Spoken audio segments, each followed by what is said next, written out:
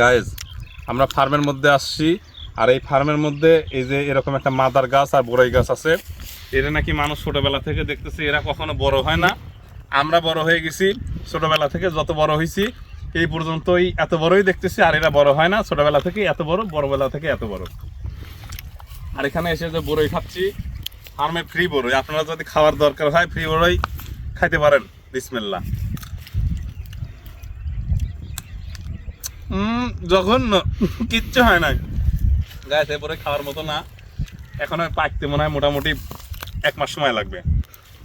তারপরে কেন জানি ভাল লাগতেছে, মানে মনে হচ্ছে পাইরে খাই। মাংনা পাইলে খাতি মন চাই, কারণ বাঙালির একটা স্বভাব আছে, এই যে বড়ই মাংনা পালি আলকাতরা খাই।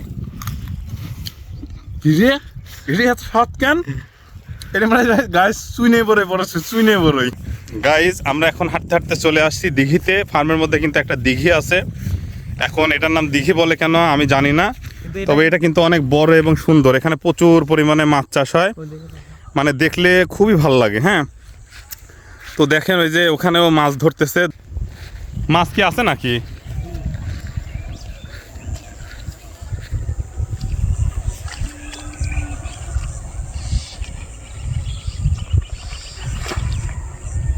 এই যে ক্ষেতটা আপনারা দেখতে পাচ্ছেন, এটা পুরাটা সরিষার একেবারে। এখানে কি বলবো, প্রচুর পরিমাণে আবাদ, আর দেখতে ভালো লাগতেছে মাঠ জুড়ে সরিষা। আর সেই সাথে আমার সামনে আছে রসুন, যেগুলো রসুন সম্ভবত, হ্যাঁ এগুলো রসুন লাগানো, প্রচুর পরিমাণে রসুন ক্ষেত দেখতে পাচ্ছেন। তো মাঠটা অনেক সুন্দর লাগে। হ্যাঁ, এটা হচ্ছে ফার্মের পাশের মাঠ। এই যে এলাহি, এই যে প্রচুর সরিষা, আর এখানে অনেক কিছুই হয় এই মাঠে।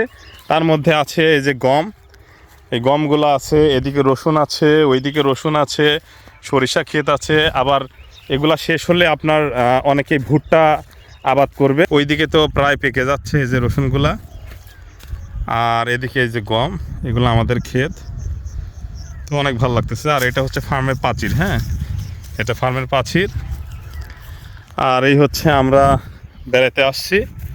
তো ভালো থাকবেন, দেখা হবে অন্য কোনো ভিডিওতে। আসসালামু আলাইকুম।